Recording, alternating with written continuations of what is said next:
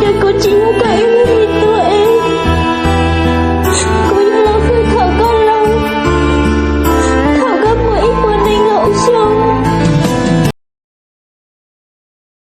Nó cũng lâu ấy của mình thấy.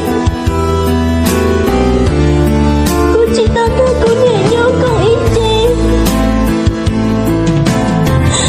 Cô đã được. Không phải mua nha. Nó cứ chỉ theo cô nhẹ.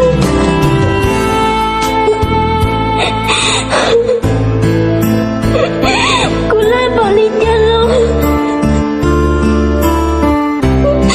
Cô thấy liệu cô ra kìm mất xíu.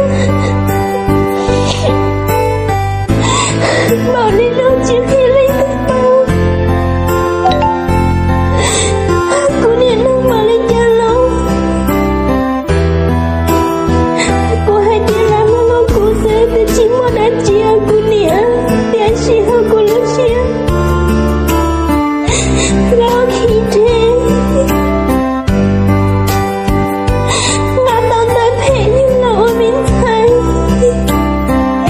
Nó chỉ tao cô nè một ý xí này. Nó chỉ tao cô nè nhau.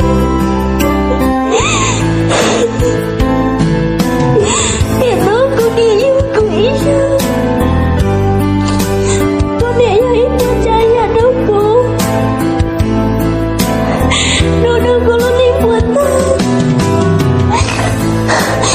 Cô yêu muốn ta đi tới nhau cô nè.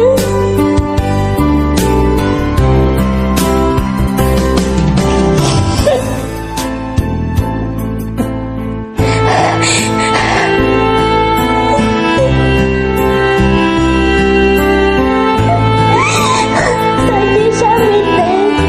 Một đêm là một cho là nơi có tình tình.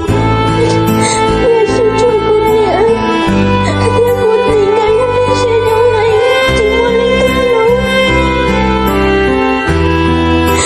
Cô theo giá trị của ta kể tôi sẽ lên nó. Một ta thọ tư cô nè. Thọ khá thế ta sẽ cho lên.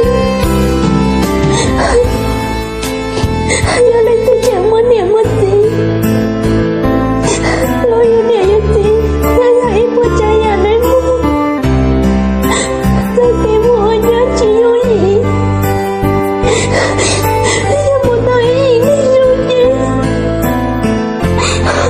Giờ nhớ là lúc gì nữa.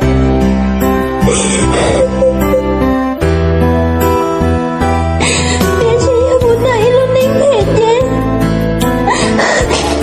Lo nhà lấy tôi tay. Em luôn muốn tôi chỉ tôi xuyên. Nhớ là luôn biết. Muốn là chỉ mỗi chân.